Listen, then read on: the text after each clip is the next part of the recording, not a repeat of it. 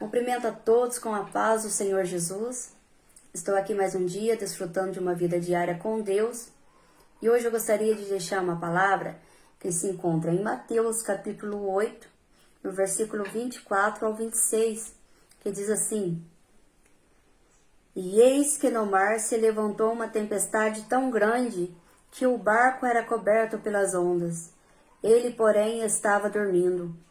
E os seus discípulos, aproximando-se, o despertaram, dizendo: Senhor, salva-nos, que perecemos. E ele disse-lhe: Por que temeis, homem de pequena fé? Então, levantando-se, repreendeu os ventos e o mar, e seguiu-se uma grande bonança. Maravilha, palavra maravilhosa, né? A palavra diz aqui que quando Jesus ele entra no barco, seus discípulos vão com ele. E de repente uma grande tempestade se levanta e a palavra do Senhor diz que o barco ele era coberto pelas ondas. E os discípulos ficaram apavorados, ficaram com medo e eles foram chamar Jesus. E quando Jesus, ele chega até Jesus, ele diz para ele: Senhor, salva-nos que perecemos. E Jesus, aqui no versículo 26, diz assim: E ele disse-lhe: Por que temeis, homem de pequena fé? Jesus aqui, ele não repreende eles pelo medo, mas sim pela falta de fé. Porque os discípulos ali, eles já andavam com Jesus, já iam com ele para todo lado. Já tinham visto as maravilhas que Jesus tinha feito.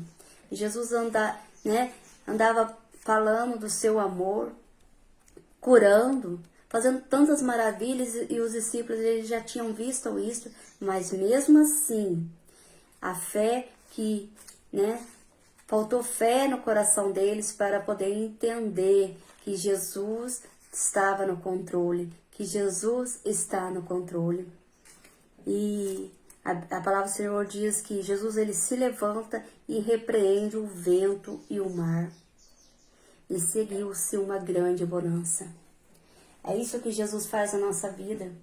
Às vezes, ele permite, que passemos pela tempestade, mas em tudo Deus tem um propósito. Nada acontece por um acaso. Quando Jesus está no barco, nós podemos passar pelas tempestades com confiança. O barco aqui representa a nossa vida. Quando Jesus ele está no nosso barco, nós passamos com confiança pelas tempestades, pelas lutas, porque tudo isso é certo. A palavra do Senhor diz: no mundo tereis aflições.